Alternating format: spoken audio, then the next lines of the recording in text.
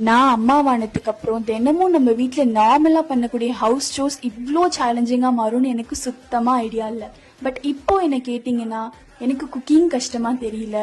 Remaining விழுற dishes எல்லாத்தையும் wash பண்ணுறதும் பெருசாக தெரியல. ஆல்சோ என் பேபிக்கு செப்பரேட்டாக ஃபுட் ப்ரிப்பேர் பண்ணி வித் லவ்வோட ஃபீடும் பண்ணிடுறேன்.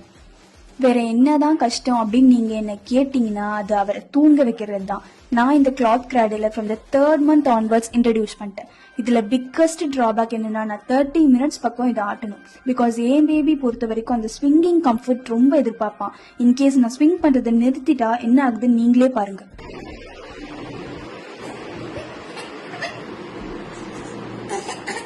ஸோ இந்த ப்ராப்ளம்லேருந்து என்னை சேவ் பண்ண வந்த கிராடில் தான் டைனி டைக்கோட ஆட்டோமேட்டிக் பேபி ஸ்விங் கிராடில். இதோட மெயின் ஃபீச்சரே it has an automatic swinging motion with 24 hours running capacity. Also 100% shock ப்ரூஃப்ங்க.